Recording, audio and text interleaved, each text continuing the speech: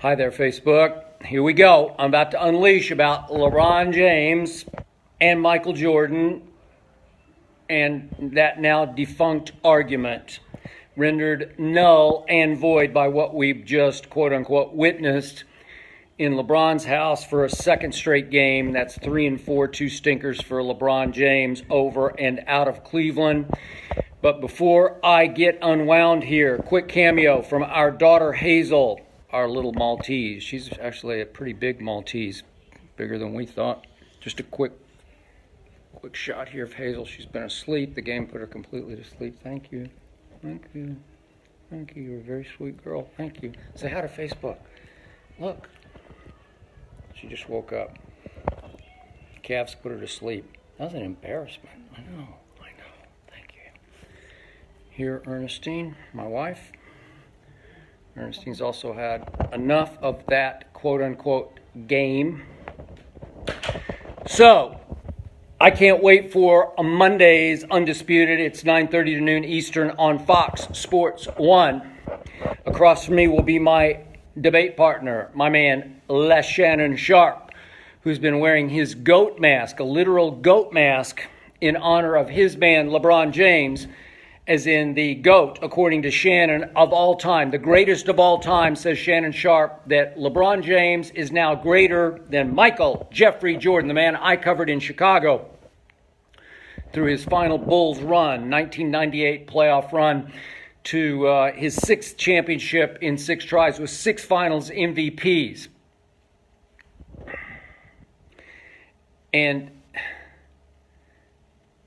I think that GOAT mask just got retired. I think LeShannon Sharp just lost 2 more cases of Diet Mountain Dew to me because I bet him tonight on Game 4, just Game 4 alone. I had Golden State because I thought LeBron and company were just shot through the heart after LeBron's meltdown in Game 1. I'm going to go deeper into that in just a moment. But he owes me a second case of Diet Mountain Dew because he predicted that LeBron for these playoffs would shoot 80+% from the free throw line. I haven't added it completely up, but it's probably around 74 to 75%. So he also fell short there, but he fell shortest on his argument that LeBron James has eclipsed Michael Jeffrey Jordan. You know what? It just makes me sick. And I don't want to pile on, but I can't help myself tonight.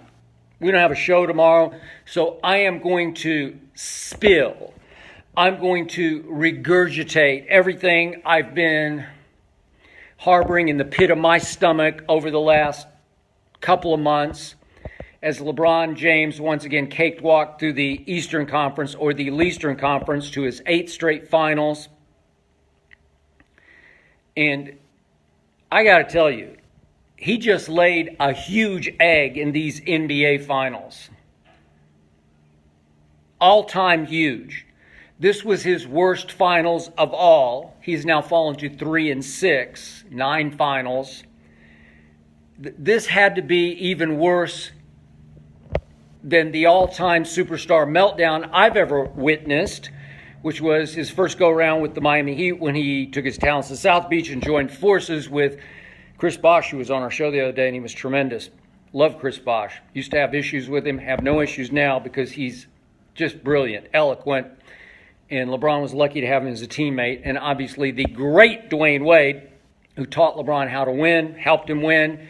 And just a quick aside, as I said on Undisputed 2 days ago, after Game 3, was it 3 days ago? I'm losing track of the days. But what I said after Game 3 was the quietest move at the trade deadline was the worst move that Cleveland made. They allowed Dwayne Wade to just go on about his business and go back home to Miami, and it cost them being competitive in this finals. Dwayne Wade would have saved LeBron in these finals, I believe. Dwayne Wade couldn't save LeBron in the 2011 finals when obviously they were up 2-1 with Game 4 at Dallas. LeBron, according to my friend Stephen A.Smith, went back to his hotel room and began making a list of names to whom he was going to say, I told you so, I told you so, I told you so, because he thought he was about to win his first NBA championship. And you know the rest of the story. Meltdown, meltdown, meltdown, meltdown. Chosen one, as LeBron deemed himself coming out of high school with the tattoo across his back, became the frozen one in the 2011 finals. I've just never seen anything. He just froze up, closed down, shut down, and his team collapsed around him. And they lost in 6 games. I thought my man Jason Terry should have been the MVP of that finals. Dirk was. Congratulations, Dirk. And, of course, LeBron did bounce back in the next finals against the baby thunder of Kevin Durant, Russell Westbrook, and James Harden. And he broke through after they lost Game 1 with a big non-foul call at the end of Game 2. Then he got fouled, to his credit, went down and made the 2 free throws, which has been his nemesis, late-game free throw shooting, especially in big games. And they went home and went boom, boom, boom, and that was that. But they got huge games from Mario Chalmers, Mike Miller. They had a huge game in Game 2 from Shane Battier. So it does take weird help sometimes. I thought LeBron had enough help to get this to 7 games in this series. I picked Golden State in 7. My partner, LeShannon, picked LeBron in 7 games. I'll give a quick shout out to our man Rob Parker. He predicted sweep, and I got to give it up. I've won a lot of dinner bets from Rob Parker, but he got this one right, and I think he won. I couldn't even keep up with the end of the bet, but I think it was, I don't know what it was, 200 wings or flats, or I don't eat wings, so forgive me. I don't know what they are exactly, but the bet kept going up to maybe 300 wings just on tonight's game, that it wouldn't be a sweep. And so Shannon, I don't know if he's going to show up on Monday. You better tune in. It's 6:30 Pacific, 9:30 Eastern, to see if that seat's empty across from me. I may have to debate myself. And if I do, it'll be the first debate I ever lose on national TV, because I think I'm the only one who could beat me in a debate. We'll see. That'll be a contest. I'll have to get up for that one on Monday. But the point is that LeBron stunk it up in these finals in ways, in this sweep, that he never stunk it up even in that 2011 finals. At least he played 3 good games. At least they were up 2-1 before the meltdown occurred. But this meltdown occurred early. I'm not going to give him a pass for this. This series turned in Game 1, near the end of Game 1. And don't tell me he doesn't have enough help, because LeBron had plenty enough help to be in position to win Game 1. He had the ball in his hands, down only 1, with 7 seconds left, top of the circle, gets the switch onto little Steph Curry. Steph Curry's, of course, 6'3" tall. LeBron's 6'9", 270. And LeBron had the hottest hand in a big game I've ever seen him have in Game 1. He took, 1-3 tonight, I think. He took virtually no jump shots tonight in 3 or 4 at home, Game 3 or 4. If you can explain this to me, he just shut it down from outside the paint. He wouldn't even attempt shots from outside the paint. With just a handful in Game 3 and maybe 2. He did make that one little baseline. I guess that was just barely outside the paint when he shot the high arcing shot. But other than that, he took, I think, just 1-3 and missed it badly. So just shut it down from outside tonight. That's always been his flaw. Jump shooting, free throw shooting. But I'm just checking out here. Obviously, Doris Burke continues to interview, and I'm going to continue to talk. But the point is, end of Game 1, I'm not going to let him off the hook for this. For you apologists, you LeBron defenders, you blind witnesses out there, I'm right about this. I've always been right about this. LeBron James is afraid to take that shot down 1. He made 2 big buzzer beaters. I give you that. He's played more playoff games than more playoff minutes than anybody, and he's failed so many times, but he did not fail in 2 big buzzer beater games, as you know. Still, he got away with the goaltend ahead of the first one, and The other one, I still think he lucked it in off the backboard because I think he got too deep and shot it sideways right-handed, running full speed to the baseline, and I think he didn't mean for it to tick the backboard before it went in, but whatever, I give it to him. But I'm not going to give him this one because 7 seconds left, hot hand, he's made 7 of 14 shots from outside the paint. Just go up and shoot it. You're the man. You're the guy that everybody tells me is better than Michael Jordan. You're the quote-unquote best player on the planet. You're better than Kevin Durant. Everybody's been telling me that all year long. You had your greatest offensive year ever, and you're not going to take that shot. It's the shot of shots. This is the whole moment. We're not watching this celebration right now if LeBron James can take and make that shot. Or if you want to drive it, if you think you can slip through the crack or power through the crack, because you've got Draymond, I can't remember which way it was, Kevin over here, Kevin Durant over here, Draymond to your left. And you can go one way or the other, and if you power past Steph and through, well, maybe you can get to the foul line. Do you really want to get to the foul line late in the game with 2 seconds left and have to stand there by yourself and not just make one? You'd have to make 2 to win the game, obviously. So he opts to put the game and the series and the finals in George Hill's hand. I've said it. I'm not being 20/20 hindsight hypocritical here. I said it on Undisputed the day the trade was made. I'm not a George Hill fan. I don't trust him. I don't believe in him. I appreciate his expertise. He does have a high basketball IQ, but the Spurs traded him because he's not that guy. He played on 3 Spurs teams. 2 got eliminated in the first round, and the second one got swept by Goran Dragic in the Phoenix Suns. Got swept in round 2. Not all on George Hill. I'm just saying he wasn't that guy at the point guard. He couldn't generate that sort of big game, big play electricity. And the one guy, I'm not going to put the ball in his hands with the game and the whole season on the line, is George Hill. I turned to my wife, Ernestine. I said, I'd pick Cleveland to win the game. Game 1, to steal game 1. I was adamant about it. On the record, they're going to steal this game at Oakland. It's perfect spot. And I turned to Ernestine and said, we'll be lucky if he makes 1. And he made the first one. And I was pretty surprised. And I was not surprised that he missed the second one. And yet, Kevin Durant was then on the hook to be the lowercase GOAT of the game, as in the reason that Golden State lost the game, because he failed to box out with inside position in the rebound lane J.R. Smith. And you know the rest of the story. J.R. snakes in, grabs the rebound, has lost track of the score. He thinks, who knows what he was thinking. He thought they were ahead. He turned to LeBron a couple seconds later and said, I thought we were ahead.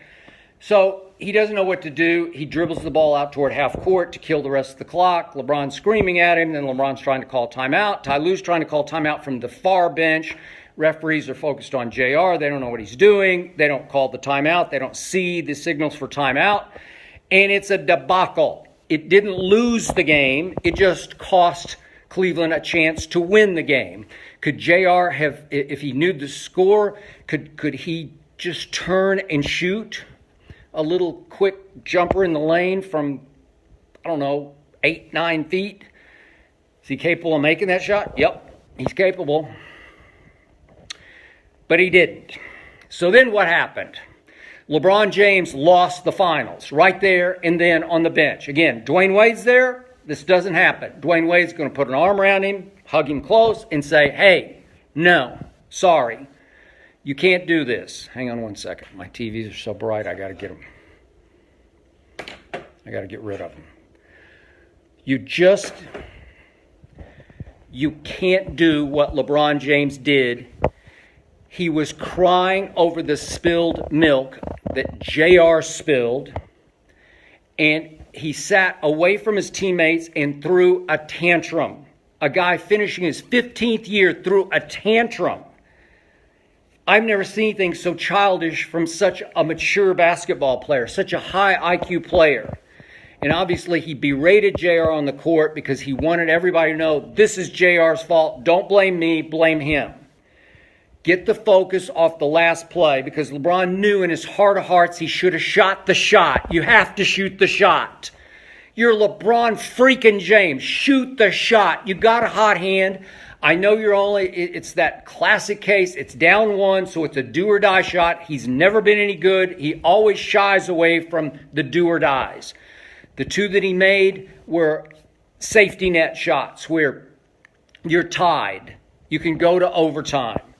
It's no big deal if you miss. He's missed dozens of those in his career. You can shoot it with a certain peace, a certain conviction, because you know you got a backstop, you got overtime. In this case, he was going to have to shoot it with no safety net. It was going to either go in or not go in, and he did not want that pressure. So he gets away with making the right basketball play, quote unquote, just as he did last year in Game 3 to Kyle Korver in the corner.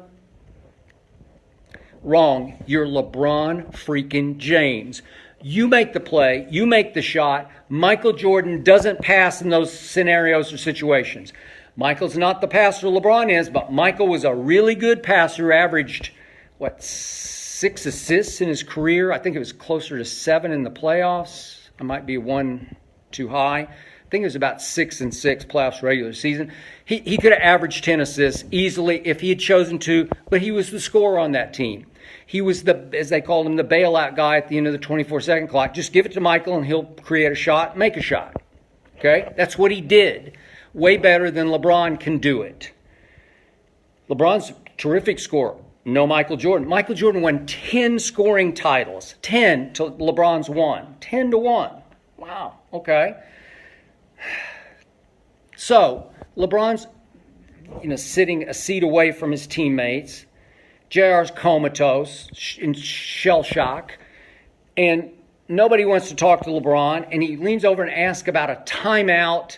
He knew they had a timeout. Ty Lue called him out the next day by saying, I told them with 34 seconds left, they had a team timeout. They called timeout just to talk it over. And he told everybody in the huddle, said Ty Lue, we have one more time. We have saved one if we need one. So I don't know what LeBron was doing. He's trying to blame somebody. He's trying to show the blind witnesses, don't put this on me, put it on my team. I don't have enough help. I don't have enough help from my coaching staff. And he threw a tantrum. He threw in the psychological towel. I've never seen anything like it. He quit on his team right there in that huddle. We got to see the extended video 2 days later, and it's ball game, series over, because that team, it's going to go as LeBron goes. There's a lot of talent on that team, but they just wait to see what the diva's going to do. The drama king. And what does he do in overtime? He just pouted. He just gave up. He quit shooting. He went 2 minutes and 26 seconds of the overtime at Oakland. Remember, it's 0-0. What does Jordan do? What does Magic do? What does Bird do? Name somebody. Bill Russell. What do? They rally the troops. We got them. If I told LeBron before the game, you can have overtime tonight here at Oracle. Yeah, take it. Game 1, what were they? 12.5-point underdogs? Overtime, it means you get to start 0-0, play 5 minutes. For the series, if you win that game, the Golden State's fighting uphill all the way. Golden State was in huge trouble against the Rockets. They were getting bullied. They were getting blasted physically out of their offense, pushed around. If Chris Paul doesn't go down, I'm pretty sure Houston wins. I don't know that for a fact because nobody will ever know that. But in my heart of hearts, I think Chris Paul would have gotten them home the way he was playing. He was taking it up a level that I'd never seen him play at. And that team was physically superior to Golden State. Football physically superior. My God, P.J. Tucker, Ariza, and Chris Paul while he was healthy. Capella. They were doing a physical number on Golden State. Golden State's a finesse team. Golden State was getting their butts kicked on the boards by Cleveland. Cleveland won the backboards for the series by 60. They're plus 16 in the 4 games on the backboards. What does that tell you? They're the more physical team. Obviously, they lost the 4 games from 3 and from the free throw line. Well, that happens. So here we are in game 1. LeBron doesn't shoot for the first 2:26 of overtime. 2:26, and they're down 7. And it's game over. And then he took 4 more half-hearted shots and missed all 4. He went 0 for 4 in overtime. You want to talk about the all-time stinker? That's it. That's it. And here's the capper. He had scored 51 points. He made 2 free throws in overtime. So let's do it this way. He'd scored 49 points in regulation. 49. So he went from having maybe his greatest game ever to his ugliest finish ever. He didn't take the shot, tried to blame everything on JR, which was the all-time mental blunder. But again, didn't cost the game, just cost them a chance to win the game. And then he melts down in the sideline huddle. Just completely melts down. He won't talk. He won't put his hand in. It's just the all-time shameful embarrassment. It's the all-time bad look for a superstar. That's where you're disqualified from the Michael Jordan discussion. You're over and you're out. You're null and you're void. Right then and there, you're done in my book. I just can't take it. Again, I've taken such a beating, and I don't care. It doesn't bother me. One thing I do have is thick skin. But I've taken such a beating. I'm a LeBron hater. No, I'm just a truth teller. I'm just telling you what the guy isn't. He's supremely gifted. He's the best passer in basketball. He's the biggest, baddest freight train I have ever seen powering to the basket. But leader? No. Big shot taker and maker? No. Did he come alive here late in his career this year? He made some bigger ones. I'll give him that. But through his career? No. Winner? No.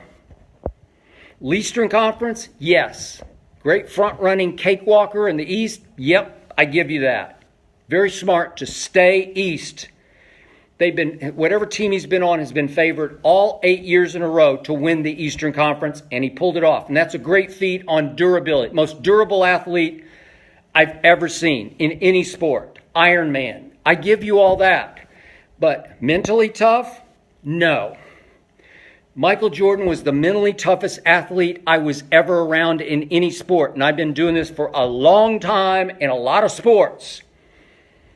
Number 1 on my list, Michael Jordan. Ali was up there too. But in team sports, Michael Jeffrey Jordan. Mentally toughest, big shot, big play maker ever. LeBron James, often the mentally weakest superstar I've ever witnessed, quote unquote. Like him, think he's a good guy. Seems to be a good father, husband. I don't know because I'm not close to that, so I don't want to put myself out on that limb. But seems to be. Carries himself well. It seems like he's a good role model. But Michael Jordan? Are you kidding me? Seriously, Michael Jordan, let's just boil it down to this. Michael Jordan was a basketball assassin. I know him. A lot of times, not a good guy. I don't care. We're gauging him as a basketball dominator, assassin, basketball killer, rip your heart out, rip your throat out. Didn't care what anybody said about him. LeBron always worried about what everybody says about him. Thinnest skin of a superstar ever seen. Constantly haunted by, how am I coming off? How am I perceived? How do I look? What are they going to say? Mentally weakest in big moments I've ever seen of a man that talented. That's a meltdown that cost your team whatever semblance of a chance you had in the finals, in game 1. Then we go, game 2, they played a really good third quarter. They won 34-31 at Golden State, which I did not think was possible because obviously Golden State has owned the third quarter. So gave him a little ray of light, semblance of hope. So you come home and we're all thinking, the world thought LeBron would win game 3. It's LeBron at home. You're good enough. And they were good enough. And what happened? Same thing that happened in Game 3 a year ago. Same time next year. A year ago, Game 3, Cavs are up 6 on a J.R. Smith 3 with 3 minutes to go. Up 6. This is LeBron in his palace. This is his house. If you give Michael Jordan the basketball up 6 with 3 minutes left in an NBA Finals game, down 0-2, I promise he'll just get it home. You won't be able to stop him on offense or defense. And what happens last year? LeBron wound up with the ball in his hands with a minute and a half left and still up 4. And on the first play, he gets a step on Iguodala, and you just got to drive it. Just drive it. He got a step on him off the pick, and just drive it and shoot. Make one free throw. Make it a 5-point game with 1:25 left. Maybe make 2 free throws. Maybe dunk it. I don't know. Maybe make it up off the glass. Highly capable, best driver of the basketball I've ever seen. And instead, he stops, pulls it back out, and shoots a fadeaway from a little outside the free throw line that doesn't even come close. It's a horrible possession. And then with 50 seconds left, he drives into the lane on Draymond, gets a step on him. KD is lurking. But if you're LeBron James, you just got to take this shot. This is the ball game now. Kevin had just made the baseline jump shot at the other end to cut it to 2. So you're still up 2. You just need, with 50 seconds left, you need to make a basket. Get to the free throw line and make 1 or 2. Just get the game home, LeBron. If you're that guy, which you're not, but if you're that guy, you get the game home. I'm talking about last year. And you know the rest of the story. He kicks it to Kyle Korver, and Kyle Korver's never been in that position. I know Kyle was almost like a pitiful, pathetic disaster in this series, but he kicks it to Kyle Korver, and of course he missed it, just the way George Hill missed the second free throw. They're not that guy to make that shot. You're the king. Come on, king, take the shot, make the shot. Nope. And Kevin Durant comes right down, and LeBron doesn't get up into him, defending him. And you know the rest of the story. Kevin hit it right in his face. 1-point lead for Golden State. They come back the other way. LeBron has the ball over on the side. It seems like he's going to go up for a 3 to tie it. They made another basket. And Iguodala knocked the ball out of his hands, and it caroms off LeBron's knee out of bounds. Game over. So then we fast forward to Game 3. This year at home, it's the Kings' house. They're up 1 point with 3 minutes to go. And the Cleveland Cavaliers get outscored 14-5 down the stretch. So last year down the stretch, from up 6 with 3 minutes left, they got outscored 11-0 down the stretch. This year down the stretch of Game 3, it's the pivotal game. You're down 0-2 at home in both cases. Last year, this year. This year, they're up 1 and get outscored down the stretch the rest of the way, the last 3 minutes, 14-5. 14-5. This is LeBron freaking James we're talking about, and he can't hack it. And all here is he doesn't have enough help. So quick aside, I said this on Undisputed. I'm going to be out ahead of this story because I'm predicting this for Monday in the next 48 to 72 hours. The blind witnesses, the apologists will mass. And the best thing actually that could have happened to LeBron against this Golden State team was to get swept. He'll get more of a break getting swept because everybody will say, oh, he didn't have a prayer. He didn't have anywhere near enough help. That other team is so loaded with so many MVPs and finals MVPs that it was a mismatch. So LeBron will get a break for the mismatch where if they'd won a couple of games, then maybe people would start to say, well, wait a second, maybe LeBron was at fault because they had a chance to make this more of a series than they did. So he'll get a bigger pass getting swept when he was pathetic in Game 1. Like way beyond Kyle Korver pathetic. His behavior was pathetic in Game 1. It was unconscionable. It was egregious. It was all-time unacceptable for a superstar leader of a team that won the Eastern Conference. A superstar who was back to his 8th straight finals. You just can't do that. So game 3 is the turnaround game. Obviously, Kevin Durant outplayed LeBron James on both ends of the floor, had 43 to LeBron's 33 in game 3, and took the game over in every big moment on offense and defense. And that was the end of that deal. They were pretty much blown out of the water in game 3. Then tonight, a second straight stinker for LeBron, who was just, let me get my notes. The incredible thing about tonight's game, obviously they're fighting for pride, and you wondered, will the king at home just say no? That's what my man LeShannon Sharp said on Undisputed today. Again, you can see us Monday, 9:30 to noon Eastern, Fox Sports 1. And it's going to be hellacious, man. I don't know if Shannon's going to show up. But LeBron tonight, I thought, would he just show some pride? Some energy, some urgency? No. LeBron took a grand total of 13 shots tonight. He scored a grand total of 23 points. I think he needed 35 to pass Jordan's final scoring record. So he didn't even get to that. And he had 6 turnovers.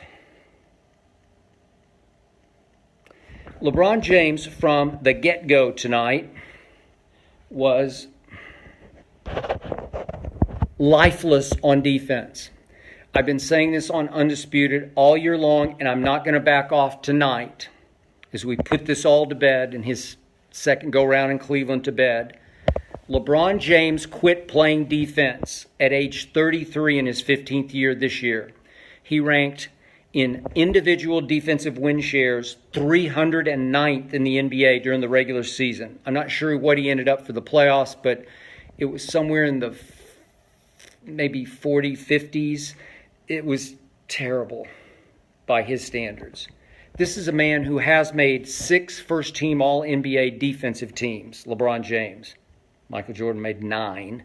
Michael Jordan made his 9th first-team All-NBA defensive team at age 34. This was, again, LeBron at age 33, and he quit playing defense because it made him too tired. Seriously, even Shannon Sharp admits that. Got to rest on defense, carrying such a load on offense. Well, really?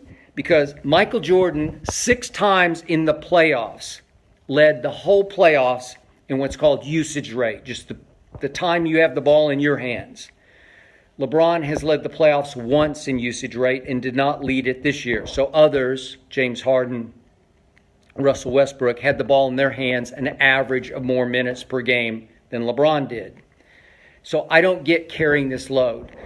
He is, according to Shannon and others, the fittest man in sports, or at least in the NBA.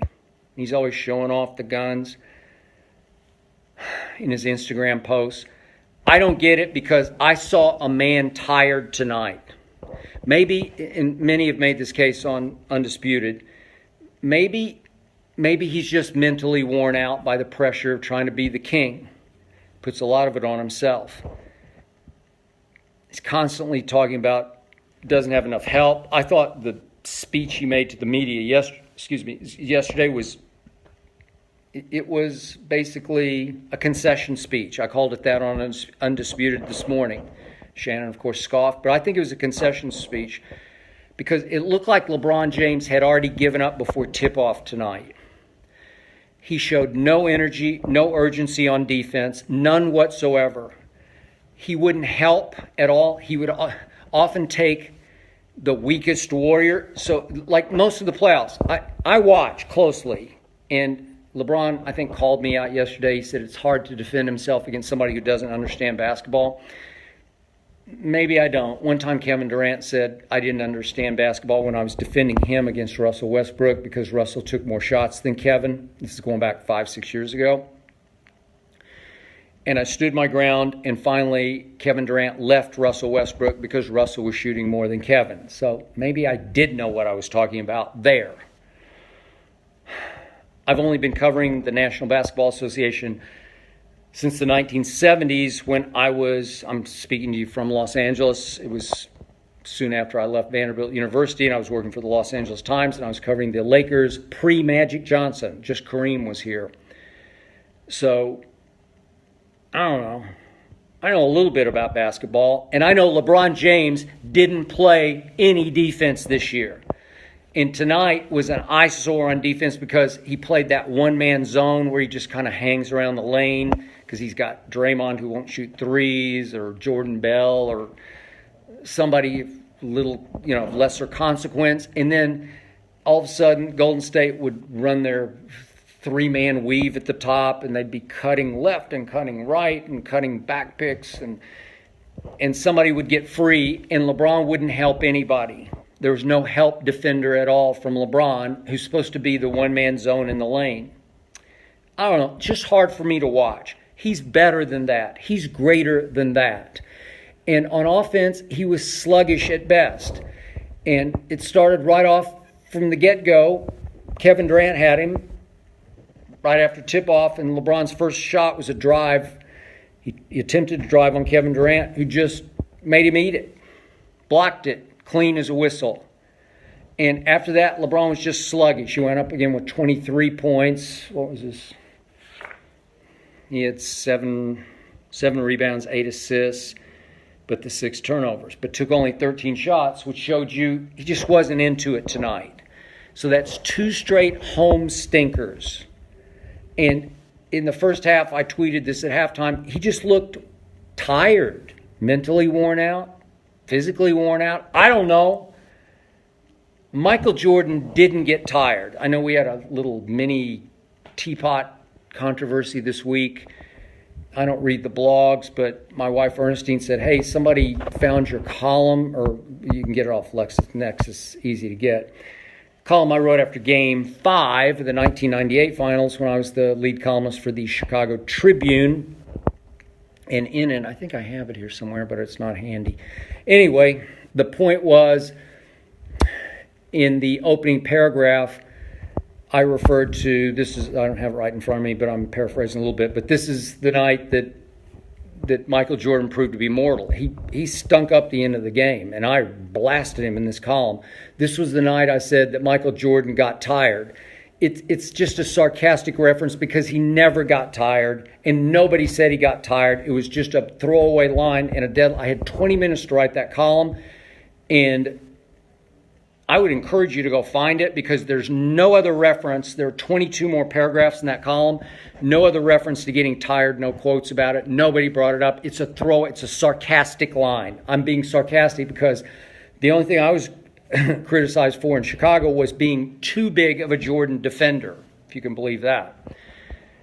I loved Michael Jordan because he deserved to be loved. In fact, during that finals, Bob Costas on NBC as the lead play-by-play man, my friend Bob used my line in the Chicago Tribune in which I called Michael Jordan a supremely talented overachiever. Like he's got both things going. He's got supreme talent and he's an overachiever. Those were the days working with the great Tim Grover, the trainer, that they would do what they call the Breakfast Club meetings and workouts every morning. I believe they're at 6 a.m. at Michael's house with Scottie Pippen and Ron Harper, the other 2 front court players for the Bulls, that 98 team.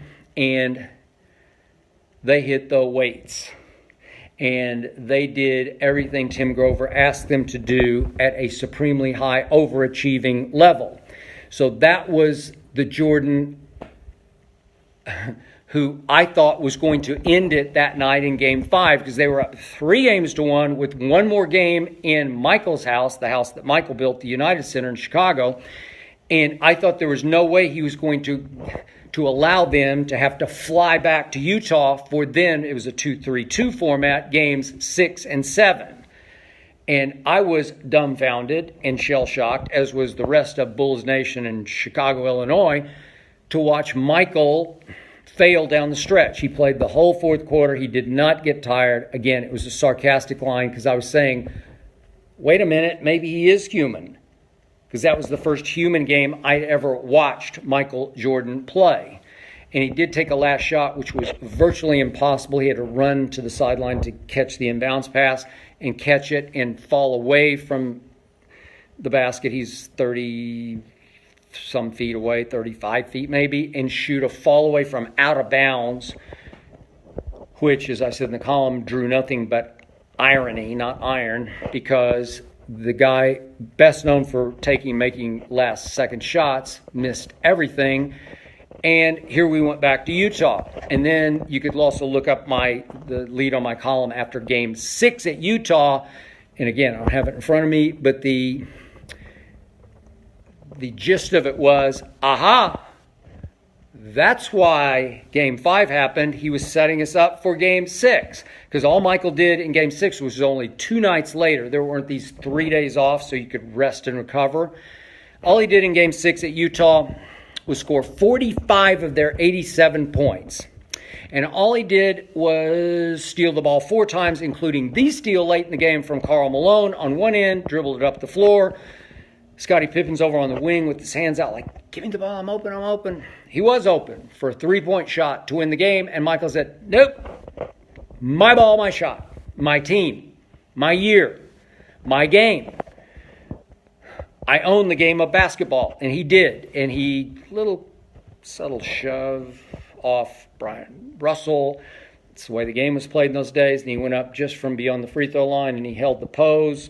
I still have the one picture. It's the only sports picture I own, the only memorabilia shot from up court. You can see the horrified faces in the end zone section of Utah Jazz fans. This was in Utah in Salt Lake. And they're just looks of, he did it again. Swished it clean as a whistle. And that was that. That was basically the end of Michael's career, because the 2 Jerrys, Reinsdorf and Krause, basically ran him off because they ran his coach off. And true to his character and basketball backbone, he said, you run my coach off for Pink Floyd, as they called him, Tim Floyd from Iowa State, I'm gone. And he walked out the door with Phil Jackson. And he stayed out for 3 years and had 2 just sort of ceremonial years, as you remember, with the Wizards, that didn't really count to me at age 39 and 40, but whatever. He had earned the right to go play a little bit more basketball, but I only count the Bulls years, and I count that last year, and I count what he did in Game 6 after Game 5, and he was not tired. Nobody ever talked. There was never a narrative that he was tired. He made first-team all-defense that year. He dominated the game defensively in Game 6 in what was his finals game. And, of course, he was the MVP for the 6th time, went 6-0 in the finals. And people make the case that LeBron James is better? Seriously? It's laughable to the point of being sad to me. I know Michael Jordan. I was there. I witnessed the force field, the assassin look in his eyes, the cold-blooded basketball killer that was Michael Jeffrey Jordan. I've never seen anything like it before. LeBron's the flip side. He's too nice for his own good. He's too thin-skinned. He's got great talent.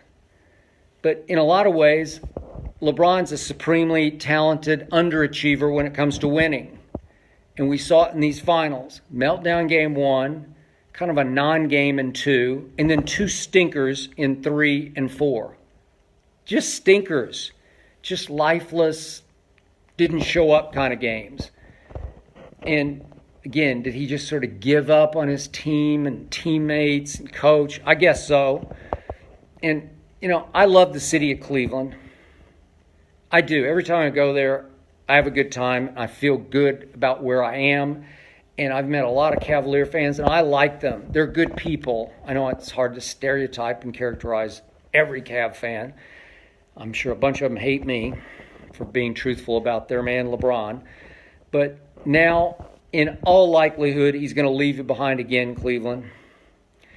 And he's going to go where the grass is greener and the help is better, I guess. I don't know, there was even a story today. Maybe he'd go to Boston if Kyrie wanted to go home, quote-unquote, to the Knicks, because Kyrie could opt out. I mean, he hasn't signed long-term with Boston. That'd be the best help he could get with Jaylen Brown, Jason Tatum, and their cast, Horford. I don't know if Marcus Smart could fit back under the cap. I don't know. But is that the best? To me, it seems Philly, because you got those two nuclear weapons, those two kids coming in Embiid and Ben Simmons. And if they could keep most of their sharpshooters, that would be a good fit. He needs to stay East. He doesn't need to go mess with the West. Houston, maybe. I just don't know how you fit it all under the cap and have a semblance of help around your big three with Harden and CP3 and LeBron. I'm not sure that's enough. In fact, it's not enough to dethrone these Warriors. LeBron could just sort of semi-retire and come here to Los Angeles. He owns, I read, 2 houses in Brentwood, which is about a mile that direction toward the ocean. I'm in Century City. He would be in Brentwood, very exclusive. Would he just semi-retire just for quality of life so his kids could go to school here and they could enjoy the weather and the city? It's a great place, Los Angeles. And he could play for the Lakers with Lonzo. I think they'd hit it off great. High IQ, completely unselfish. And the Laker kids that we know, I don't think they could keep Julius Randle, but Kuzma, Brandon Ingram, not enough to unseat the Warriors, dethrone the Warriors, obviously. So you got to stay East. I know Pat Riley's going to make a big push. I just don't know what they have to offer. And I'm not sure what Dwayne has left. But he had that one huge game, 28 points. Remember, at Philly in Game 2 for the Heat this year, the Kevin Hart game. Wow, what a game that was by Dwayne Wade. He still has that in him. He just can't do it every night. He can give you 20 of those minutes, maybe 15 to 20, but he can't give you 40 of those minutes. So is that enough to lure LeBron back? I know he still has Miami in his heart. That's what one source very close to Dwayne keeps telling me. They're having discussions. Pat Riley's involved. There's already been communication. LeBron is very intrigued by it, so I don't know. But I feel sorry for Cleveland because that was the end of LeBron in Cleveland. And yet, in the end, I'm happy about that. That ends the LeBron-Jordan debate. Once and for all, null and void, over and out. Just forget it. Give it up. Make peace with the fact that LeBron has been the best player of this generation, but he's got no shot against Michael Jordan. And even if you want to do the hypothetical, who would win one-on-one? Michael Jordan would destroy LeBron James. Trust me on this. I know. I've seen Michael destroy other players. Maybe not of LeBron's talent or girth or size or power, but Michael was strong, long and strong, explosive leaper, and in the end, he would trash talk poor LeBron James into oblivion. I have seen him destroy psychologically one star after another just by whispering in their ear, you ain't, you know what? You got no chance against me. I can't say the words, but you know what I'm thinking. And he would be all over LeBron psychologically. He'd outshoot him from the outside. He'd out-clutch him. And even though LeBron made a couple of big late clutch shots, I'm going to say it one more time, LeBron was not born with the clutch gene. I've said it since 2004 when I started on Cold Pizza on ESPN out of New York City. No clutch gene. He worked at it. He tried to control his emotions and his poise under pressure in year 15, and he did better. He blew several big games, or big regular season games. He had one disaster stretch, but he did make the two big walk-offs, but they were to win, not to tie, not to win by one. He had the safety net both times of overtime, and I still say I would never trust LeBron James' clutch gene. I wouldn't trust. He showed you in Game 1. That's when the stakes were highest. That was to dethrone Golden State. If he would have taken and made that shot, and Golden State had to fight uphill, we would have had a 7-game series. Maybe Golden State would have come back and won in 7, but that was the series. And that ended LeBron's second go-round in Cleveland, and it ended the Michael Jeffrey Jordan conversation once and for all. I don't want to hear about it anymore. I want Shannon Sharpe to destroy that, to just burn that goat mask that he wears. It gives me the creeps anyway. I told him he should wear a scream mask. Now, that's what he should wear on Monday, just to hide his face. Or maybe a mustache and glasses so you can't recognize who he is. So, Shannon, you owe me 11 cases of Diet Mountain Dew now, and you owe me an apology for all those hours I've had to sit across from you at the debate desk on Undisputed, listening to you make your lame, pathetic, wrong-headed case that your man LeBron is better than MJ. It's over and out. That was the worst finals LeBron has ever played, even somehow eclipsing 2011. I feel sorry for you blind witnesses tonight, and I feel sorry for Shannon Sharpe on Monday morning on Undisputed. I'm not going to back off. I backed off after Game 3, the day after Game 3. What was it, Thursday? I felt sorry for him. And I told after his opening salvo, in which he just did his no mas, mea culpa, I got nothing, I turned to Joy Taylor. And by the way, congratulations to Joy. She's moving over to Colin Cowherd's show across the floor from us as it follows Undisputed. And we will have Jenny Taft in. I'm looking forward to that. Also, it's a win-win. But I turned to Joy after Shannon's opening remarks on Thursday's show after Game 3, and I said, I feel sorry for him. I don't now. I'm sorry. He lost all his bets, all his wings to Rob Parker, all his Diet Dew to me, and I'm going to pile on Monday. I'm sorry. I've taken my fair share of abuse, and I'm going to unleash on Monday on Undisputed. I'm going to throw some haymakers, and I'm going to end this LeBron-Michael discussion once and for all on live television between 9:30 and noon Eastern on Fox Sports 1. I will see you then, Facebook. Thanks for watching. Thanks for listening. And congratulations, by the way, to the Golden State Warriors. And I haven't heard who got named MVP because I was distracted here. I hope it was Kevin Durant. He earned it again with just the Game 3 performance. I know he had a kind of a quieter triple-double tonight, but he also had 3 blocks tonight. I know Steph bounced back with a huge game, made 7 threes tonight. That'll work. But Kevin made all the shots in the game of games, Game 3. That's when it could have been still a semblance of a series if LeBron had managed to pull that off with that 1-point lead with 3 minutes to go. And Kevin Durant said, no, not in LeBron's house. He took the game over on offense and defense, and he deserves MVP. And I'm just guessing he won it for a second straight year and proved once again, when it matters most, he's the best player on the planet, Kevin Durant. He left Oklahoma City. Who can blame him now? He's got 2 rings and 2 finals MVPs. You can laugh all you want. You can cry all you want. But when the smoke clears, history will remember Kevin Durant has 2 rings that could be, 4 or 5 at this rate.